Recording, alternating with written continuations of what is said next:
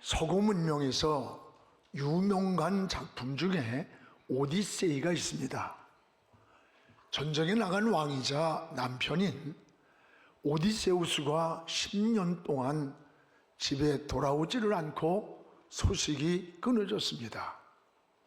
그의 아내는 매우 아름다웠고 그의 미모를 탐내는 구혼자들이 몰려들었습니다. 10년 동안 소식이 없는 오디세우스는 죽었다. 당신을 버린 것이다. 나와 결혼해달라는 유혹의 손길이 수없이 나타났습니다. 그러나 수많은 유혹 속에서도 이 오디세우스의 아내는 흔들림 없이 자기를 지키며 남편을 기다렸습니다. 어느 날 사랑하는 남편 오디세우스가 돌아왔습니다. 그는 다시 왕과 왕후가 되었고 끝까지 기다린 보상을 받았습니다. 그녀를 끝까지 붙들어준 것이 무엇이었을까? 바로 남편에 대한 신뢰였습니다. 반드시 내 사랑하는 남편 오디세우스의 약속은 변하지 않는다. 남편에 대한 신뢰, 남편과의 약속은 변하지 않는다는 확실한 믿음 때문에 끝까지 기다렸다고 하는 그런 내용입니다. 그렇습니다. 여러분, 신앙은 하나님의 약속을 붙잡고 하나님의 약속을 믿고 기다리는 거예요. 천국의 소망도 하나님의 약속을 붙잡고 천국을 향해 달려가는 겁니다. 주님의 재림도 다시 오신다는 주님의 약속을 믿고 우리는 기다립니다.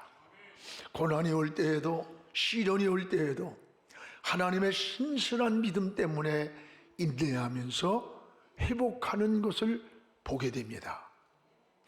오늘 말씀도 40년을 함께했던 위대한 지도자 모세가 죽었습니다. 이 바톤 토스를 받은 여호수아는 원망 많고 의심 많고 조금만 어려우면 애굽을 돌아보는 이 백성들을 이끌고 가나안까지 들어간다고 생각하니 너무나 두렵고 자신감이 없었을 것입니다. 이런 여호수아의 마음을 알고 계신 하나님은 여호수아에게 3가지를 약속했습니다. 강하고 담대하라. 좌우로 치우치지 말라. 율법책에서 내 입을 떠나지 말며 하나님 말씀을 주야로 묵상하라. 그리하면 내 길이 평탄할 것이며 내가 형통하리라는 약속을 하셨습니다. 여호수아는 이 하나님의 신실한 약속을 붙잡고 이스라엘 백성을 이끌고 가나안을 향해서 전진하게 됩니다. 여러분, 우리가 살고 있는 이 세상은 마치 광야와 같습니다. 그러나 광야는 우리의 궁극적인 목적지가 아닙니다. 우리는 가나안까지 들어가야 하는 목적지가 있는 거예요. 그러나 이 가나안을 들어가기까지는 여리고성이 있습니다. 요단을 건너야 합니다. 가나안 족속을 진멸해야 하는 많은 장애물들이 복병처럼 우리 앞에 나타납니다. 그러나 두려울 것이 없음은 하나님의 신실한 약속을 믿기 때문입니다. 하나님이 여호수아에게 끊임없이 말씀하시는 게 뭐예요? 끊임없이 말씀하시는 키워드는 하나예요. 오직 믿음을 말씀하는 거예요. 하나님의 약속을 믿고 전진하면 하나님이 함께 하신다고 하는 약속을 끊임없이 요구하는 겁니다. 오늘도 여러분을 향해서 하나님은 믿음을 요구하십니다. 이 광야 같은 세상에서 여러분이 어떻게 살기를 원합니까? 믿음으로 행동하기를 하나님은 원하십니다. 하나님의 신실한 약속을 붙잡고 믿음으로 살기를 요구하시는 거예요. 그래서 5절에 보면 내가 모세와 함께 있던 것 같이 너와 함께 있을 것이라. 40년간 광야길을 모세와 함께 하신 것 같이 하나님이 너와 함께 하신다는 약속을 하면서 이런 약속을 붙잡고 하나님 앞에 믿음의 길을 가기를 촉구하는 거예요. 여러분, 하나님이 함께 하신다는 약속, 이 약속보다 더 큰 은혜가 어디에 있겠습니까? 하나님이 함께 하시는 길은 안전한 길입니다. 목적지까지 보장된 길입니다. 신앙은 하나님의 약속을 믿고 미지의 길을 따라가는 것입니다. 오늘 말씀에 하나님은 여호수아에게 세 가지를 말씀하시면서 내가 너와 함께 하신다는 굳건한 약속을 우리에게 주시는 거예요. 그래서 무엇보다도 여호수아는 마음을 강하게 하라, 담대히 하라고 하는 말씀을 첫 번째 하나님 주신 말씀이에요. 오늘 6절을 같이 한번 읽겠습니다. 강하고 담대하라. 너는 내가 그들의 조상에게 맹세하여 그들에게 주리라 한 땅을 이 백성에게 차지하게 하리라. 강하고 담대하라. 내가 이 조상들에게 맹세한 그 땅을 너희가 차지하게 하리라. 오늘 여러분, 마음을 강하게 하고 담대히 하라. 가장 중요한 게 사람에게 뭘까요? 마음이에요. 사실 여호수아의 마음은 지금 불안과 두려움과 자신감이 없었을 것입니다. 역사의 모세 같은 지도자가 다시 없다고 할 정도의 강력한 리더십을 가진 모세가 죽었습니다. 그리고 원망 많은 백성들을 이끌고 이 가나안까지 가야 할 것을 생각하니까 두렵고 불안했고 자신감을 잃었을 것입니다. 여러분, 하나님은 이런 여호수아의 마음을 이미 아시고 오늘 6절, 7절, 8절, 9절에 반복해 나오는 말씀이 뭐예요? 강하고 담대하라. 너는 마음을 강하게 하고 담대히 하라. 하나님이 너와 함께 하신다는 자신감을 주시는 거예요. 오늘 우리에게도 마음이 중요합니다. 마음이 흔들리면 인생이 흔들리는 거예요. 모든 게 흔들립니다. 마음이 떠나면 모든 게 떠납니다. 두려움과 불안과 상실감의 그 밑바닥에 원천적인 문제, 이런 것의 상실이 어디에서 오는 것일까? 내 힘과 내 방법으로 인생의 길을 걷고 진로를 해결해야 한다는 이 압박감에서부터 두려움이 오고 불안이 오고 자신감을 잃는 거예요. 사람이 자신감을 잃으면 세 가지 반응이 나타난다고 합니다. 하나는 열등감이 강해지는 거예요. 자신감이 없는 사람일수록 자존감이 약해지고 열등감에 자꾸 빠지게 되는 거예요. 또 하나는 자신감을 잃으면 피해의식이 강해지는 거예요. 모든 사건을 긍정적으로 생각하기보다는 부정적인 생각이 많아져요. 여러분, 같은 설교를 들으면서도 긍정적인 사람은 가지고 있는 상처를 치유받습니다. 근데 부정적인 사람은 마음의 상처를, 시험을 받았다고 말을 해요. 피해의식이 강한 사람들은 이해하려는 마음보다는 오해가 먼저 생각나요. 이런 사람들은 피해의식에 빠져서 좌절과 분노, 그리고 많은 상처가 생기게 되는 거예요. 또 하나, 여러분, 자신감을 잃으면 비교의식이 강해집니다. 이런 증상들은 자신감의 상실에서 오는 겁니다. 열등감, 피해의식, 비교의식이 마음에 상처를 냅니다. 그리고 사탄은 이런 마음을 틈을 타고 들어와서 우리의 신앙을 황폐하게 만들고 우리의 마음을 온통 요동치게 만들고 삶을 무너뜨리는 거예요. 마귀에게 속지 않기를 축복합니다. 사실 여호수아의 현실은 불안과 자신감이 없는 것은 당연해요. 그러나 하나님은 여호수아를 향해 강하고 담대하라고 계속 반복해서 말씀을 하십니다. 그리고 5절에 내가 모세와 함께 있던 것처럼 너를 떠나지 않고 너와 함께 있겠다, 너를 버리지 않겠다고 약속을 주시는 거예요. 여러분, 우리는 이 하나님 말씀 앞에서 어떻게 반응을 해야 될까요? 하나님의 약속을 붙잡아야 되는 거예요. 요즘 젊은이들이 결혼을 포기합니다. 연애도 포기하고 출산도 포기합니다. 아닙니다. 그리스도인의 세계관은 다른 거예요. 성경에서 답을 찾기 때문에 우리 성경적 세계관을 가지고 사는 거예요. 나는 못하지만 하나님은 하십니다. 의사가 죽는다고 해도 하나님이 살려주면 삽니다. 우리가 끝이라고 해도 하나님은 시작하면 시작이 되는 거예요. 믿음은 문제를 해결하시는 저 하나님을 바라보는 게 믿음인 것입니다. 바람을 보면 빠집니다. 바람을 잠잠케 하시는 저 하나님께로 시선을 집중하는 것, 이게 믿음인 거예요.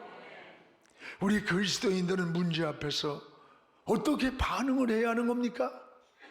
5절에 내가 모세와 함께 있던 것 같이 너와 함께 있을 것이다.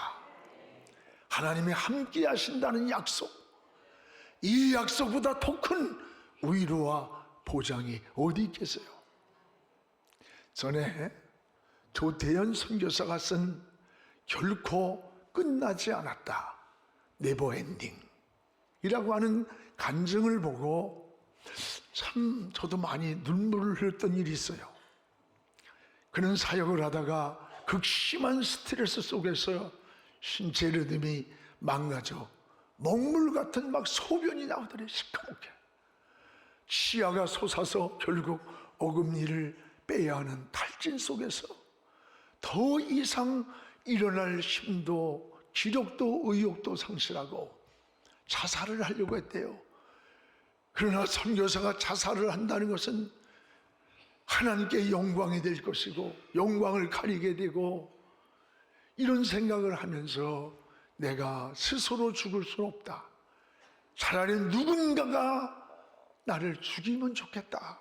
그래서 그는 삼꽃마을을 찾아갔답니다. 삼꽃마을은 미얀마, 라오스, 중국, 태국 이 국경지대로 메콩강이 앞에 흐릅니다. 그리고 미얀마 반군들이 마약을 거래하는 우범지대예요. 여기는 통제가 되지 않는 곳으로 낮에도 총성이 들리고 사람의 시체를 버리고 죽은 시체를 메콩강으로 수없이 떠내려온다는 거예요. 이곳에서 누군가가 나를 죽이면 내가 선교사로도 그래도 저 메콩강에 내 시체가 떠내려오면 나를 순교자라고 말할 수 있겠지. 그러면서 그곳에서 눈물을 흘리며 한나절을 기다려도 자기를 죽이는 자가 없더래요. 그 앉아서 하나님, 내 생명을 데려가 달라고 울고 있는데 어디에선가 내가 너와 함께하고 있다. 결코 내 사명은 끝나지 않았다. 네버 엔딩. 결코 끝나지 않았다. 이게 세미한 음성처럼 들려오더라는 거예요. 그는 눈물을 흘리며 한없이 메콩강을 바라보면서 하나님, 죽으려고 해도 죽음도 피해가는군요. 나에게 아직 남은 사명이 있다면 그 사명을 위해 살겠다고 하면서 하나님 앞에 눈물을 흘리면서 내려왔다고 하는 고백입니다. 지금 치앙라이에서 국제학교를 세웠습니다. 선교센터를 이루고 해피시티에서 36홀의 골프장을 운영하면서 다른 사람보다 비즈니스 선교를 지향하고 있어요. 앞으로 아마 비즈니스 선교의 롤 모델이 여기가 될 것이다 하는 생각을 하고 기대해요. 여러분, 하나님이 함께 하신다는 약속, 하나님이 지금 나와 함께 하신다는 약속보다 더 큰 위로가 어디 있겠어요? 내가 어디로 가느냐, 무엇을 하느냐도 중요하지만 더 중요한 것은 그곳에 하나님이 나와 함께하고 계시다는 사실, 이것이 바로 신앙인 거예요. 하나님은 여호수아를 향해서 쭈빗거리고 머뭇거리고 자신감을 갖지 못한 여호수아에게 내가 너와 함께한다, 모세와 함께했던 것처럼 너하고 같이 한다, 너는 먼저 마음을 강하게 하라, 담대히 하라, 그러면 내가 너의 길을 평탄하게 하고 내 길을 인도해 주리라고 약속을 하는 거예요. 오늘 여호수아에게 너와 함께 하리라고 약속하신 것 같이 여러분도 하나님이 함께하는 그런 신앙의 삶이 되기를 주의 이름으로 축복을 합니다. 또한 하나님은 여호수아에게 좌로나 우로나 치우치지 말라고 말씀을 합니다. 오늘 7절을 우리 같이 한번 읽어보겠습니다. 오직 강하고 극히 담대하여 나의 종 모세가 내게 명령한 그 율법을 다 지켜 행하고 우로나 좌로나 치우치지 말라. 그리하면 어디로 가든지 형통하리라. 강하고 담대하라. 좌로나 우로나 치우치지 마라. 그리하면 내가 너와 함께하고 내 길을 인도해 주리라는 약속이에요. 좌우로 치우치지 마라. 좌우로 치우치지 말라는 것은 기준을 분명히 하라는 말씀이에요. 여러분, 우리 인생의 삶의 기준이 뭡니까? 하나님의 말씀이에요. 그래서 오늘 율법을 다 지켜 행하고 하나님 말씀을 기준 삼고 머릿돌로 삼고 다림줄로 삼고 좌우로 흔들리지 않는 기준을 삼으라는 거예요. 하나님 말씀을 아모스 7장 7절에 보면 다림줄이라 했어요. 다림줄이 뭡니까? 건축을 할 때에 저 위에다가 못을 박고 줄을 내리고 쇳덩어리에 줄을 달아요. 그러면 그 줄에 의해서 벽돌을 쌉니다. 여러분, 사람이 아무리 기술이 있어도 2m, 3m의 벽돌을 싸면 눈대중으로 싸는 것은 쉬어버린대요. 그러나 다림줄에 기준을 놓고 벽돌을 싸면 10m, 20m를 쌀 수 있다는 거예요. 오늘 여러분이 살아가는 인생의 기준이, 여러분 살아가는 성공의 기준이, 추구하는 진로의 기준이 뭡니까? 오늘 하나님의 말씀이 다림줄이 되시기 바랍니다. 내가 성공을 꿈꿔도, 인생의 비전을 꿈꿔도, 내가 어떤 축복을 꿈꿔도 그 기준이 하나님 말씀이 되어서 좌우로 흔들리지 않아야 돼요. 여러분, 사람은 기분 따라 환경 따라 흔들리면 똑바로 갈 수가 없어요. 그래서 하나님은 여호수아에게 좌우로 치우치지 마라, 흔들리지 말라는 거예요.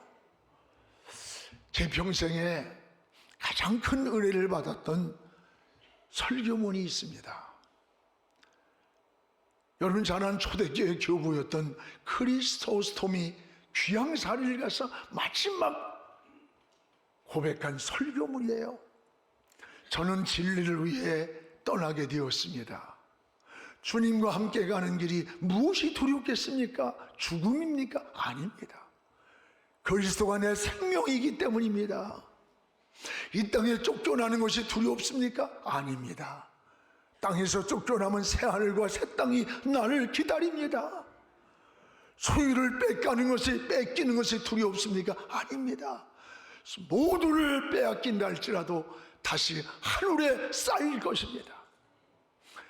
여러분, 저들이 나를 산으로 몰아내면 나는 엘리야가 될 것입니다. 저들이 나를 구덩이에 던지면 나는 예레미야가 될 것입니다. 저들이 나를 바다에 던지면 나는 요나가 될 것입니다. 저들이 나를 돌로 치면 나는 스데반이 될 것입니다. 저들이 나를 매로 치면 나는 사도 바울의 영광을 차지할 것입니다. 나는 아무것도 두려워하지 않습니다. 이것은 죽음 앞에서 크리스토스톰의 설교예요. 순교를 각오한 증인의 삶을 고백했습니다. 여러분, 우리가 살아가는 세상에는 때로는 위협이 있습니다. 때로는 유혹이 있습니다. 이럴 때 우리가 갈팡질팡하고 흔들리기가 쉬워요. 때로는 사업을 하다가 이권 앞에서, 또 내가 출세와 명예를 위해서 권력 앞에서 기준을 잃고 양심을 잃고 신앙을 잃고 믿음과 갈등할 때가 얼마나 많습니까? 솔직히. 이럴 때 하나님은 이런 여호수아를 향해 말씀합니다. 좌우로 치우치지 마라. 여호와의 말씀을 다 준행하라. 하나님 말씀을 기준 삼고 인생의 길을 가라는 거예요. 여러분, 기준이 분명하고 좌우로 치우치지 않을 때 하나님은 내가 어디로 가든지 그 길을 형통하게 인도해 주겠다는 축복을 하셨어요. 그렇습니다. 여러분의 기준을 하나님 말씀에 두고 혼란한 세상에, 혼돈된 세상에서 믿음을 지키고 신앙을 지키는, 흔들리지 않는 그런 길을 걸어가기를 주님의 이름으로 축복을 합니다. 여러분, 그러면 우리 그리스도인은 어떻게 살아야 합니까? 우리 성도들은 사는 방법이 다른 거예요. 사는 방법이 달라. 오늘 8절에 나와 있습니다. 같이 읽겠습니다. 이 율법책을 네 입에서 떠나지 말게 하며 주야로 그것을 묵상하여 그 안에 기록된 대로 다 지켜 행하라. 그리하면 내 길이 평탄하게 될 것이며 내가 형통하리라. 이 율법책을 내 입에서 떠나지 않게 하고 밤이고 낮이고 주야로 그것을 새김질하며 그 안에 기록된 대로 말씀을 지키고 행하라. 그러면 내 길이 평탄하고 내 가는 길에 하나님께서 형통한 길을 열어주겠다는 약속이에요. 하나님은 여호수아에게 세 가지를 약속합니다. 너는 율법책을 주야로 묵상하라. 말씀이 우리의 삶의 전부가 되고 우리의 삶을 지배해야 된다는 말씀이에요. 여러분, 성경은 말씀을 영의 양식이라고 말씀합니다. 아모스 8장 11절에 보면 양식이 없어 주림이 아니며 물이 없어 가람이 아니다. 여호와의 말씀을 듣지 못함이 기갈이고. 하나님 말씀은 영의 양식이라 그랬습니다. 육의 양식이 있듯이 영의 양식이 있습니다. 주의 말씀을 주야로 묵상하는 것, 말씀을 새김질하십시오. 말씀을 양식으로 삼으십시오. 그리고 말씀을 붙잡으시기를 축복합니다. 또 하나, 말씀을 입에서 떠나지 않게 하라. 말씀을 선포하고 말씀을 고백하는 거예요. 저는 기도할 때에 암송한 성경 구절을 고백하며 기도해요. 30절, 50절, 100절을 고백하면요, 성경 말씀이 우리 속에서 막 살아 움직이면서 지혜와 기도의 방향을 줘요. 하나님의 뜻을 알게 해요. 기도가 열리는 거예요. 대저 하나님께로 난 자마다 세상을 이깁니다. 이기면 이것이니 오직 여러분 그리스도 안에 있다는 거예요. 생명이, 아들이 있는 자는 생명이 있고 아들이 없는 자는 생명이 없다. 여러분, 하나님 말씀을 마음에서 자꾸 암송하면서 기도하면요, 기도가 고갈되질 않아요. 몇 시간을 기도해도요, 기도 막 시루락이 풀리듯이 기도가 풀리면서 영적인 깊이 안에 빠져들어가요. 그럼 여러분 마음에 말씀이 있어야 돼. 들어있는 말씀이 있어야 생각나서 자꾸 기도하게 되는 거예요. 또 하나는 말씀에 기록된 대로 행하라는 거예요. 이 말은 말씀을 실천하라는 말씀이에요. 말씀을 실천하는 일이 중요합니다. 지금 설교를 못 듣는 게 문제가 아니에요. 설교 홍수 시대에 삽니다. 요즘은 목사들이 AI로 설교를 해요. 이거 걸렸다면요 끝나는 거야. AI로 한 설교를 갖다가 설교를 물어서 분모를 가져 한 그 설교 가지고 하다가 어느 교회에 쫓겨났어? 그건 쫓겨난 게 당연하지. 어떻게 AI를 가지고 성도들에게 설교를 해? 여러분, AI를 모르면 큰일 나요. 시대를 뒤떨어지고 이 변화무쌍한 세상을 살 수가 없어. 그러나 본질을 놓치면 큰일 나는 거야. 천국에 가니까요, 성도들은 설교를 얼마나 많이 듣는지 다 이 귀때기만 해서 벌렁벌렁하고 있더래. 또 목사들은 천국에 가니까 막 입만 와 있더니 입만. 설교를 하도 전해서. 오늘 여러분, 설교를 못 들어서 문제입니까? 하나님의 말씀을 듣고 행동으로 실천하지 않은 게 문제예요. 오늘 말씀에 기록된 대로 행하라. 말씀대로 실천하라는 거예요. 말씀을 자꾸 실천할 때 성령의 열매를 경험합니다. 야고보 기자는 행하지 않는 믿음을 죽은 믿음이라고 그랬어요. 말씀을 행동으로 실천할 때 열매가 맺습니다. 율법책을 주야로 묵상하고 네 입에서 떠나지 말게 하며 기록된 대로 지켜 행할 때, 오늘 하나님은 두 가지의 축복을 약속을 합니다. 하나는 네 길이 평탄하리라. 이 말씀한 평탄한 길이란 말은 과거에 지나간 길이 아니에요. 현재와 그리고 미래를 향해 걸어가는 길이에요. 그 길에 어떤 장애물이 우리 앞에 있을지 아무도 모르는 길이에요. 이런 길을 하나님은 장애물과 위험에서 보장해 주겠다는 약속인 거예요. 또 하나는 뭐예요? 내가 형통하리라. 형통이란 막힘없이 열어주시는 은혜예요. 복병 같은 장애물이 많은 이런 세상에서 여러분 인생길이 평탄하다, 형통하리라는 이 약속보다 더 큰 은혜가 어디 있겠습니까? 우린 무엇을 하느냐, 어디로 가느냐보다 더 중요한 것은 내가 하는 곳에, 서 있는 곳에, 가는 길에 하나님이 함께 하심이 중요한 거예요. 사랑하는 성도 여러분, 우린 어떻게 살아야 합니까? 불확실한 시대일수록 믿음으로 사는 것이 성도가 사는 방법이에요. 우리가 살고 있는 이 광야 같은 세상은 우리의 목적지가 아니야.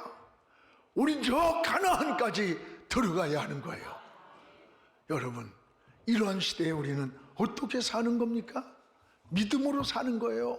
하나님 바라보고 사는 거예요. 하나님의 약속을 붙잡고 사는 겁니다. 그러면 여러분의 길을 인도해 줍니다. 책임져 주십니다. 여러분의 갈 길에 하나님이 동행자가 되시는 거예요. 여호수아를 향해 약속하신 하나님이 미지의 길을 걷는 풍랑 많은 세상, 요동치는 세상을 살아가면서 기준을 잃지 않고 방향을 잃지 않고 흔들거리지 말고 저 십자가 주님을 바라보면서 달려가는 신앙의 삶이 되기를 주의 이름으로 축복합니다. 기도하겠습니다. 거룩하신 우리 아버지 하나님, 감사합니다. 불확실한 시대에 하나님, 절망하고 좌절하고 자신감을 잃는 이러한 때에 하나님께서 말씀하신 이 음성을 듣기 원합니다. 모세와 함께 있던 것처럼 내가 너와 함께 있으리니 마음을 강하게 하고 담대히 하라는 주의 음성을 듣기 원합니다. 좌우로 치우치지 않고 저 십자가만 바라보며 걸어가게 하여 주옵소서. 오늘 광야 같은 세상을 살아가는 우리들이 삶의 목적이 아님을 고백하면서 저 가나안까지 나고자 되지 않고 뒤돌아보지 않고 믿음의 경주를 잘하는 하나님의 사람들로 소개 하여 주시옵소서. 예수님의 이름으로 기도하옵나이다. 아멘.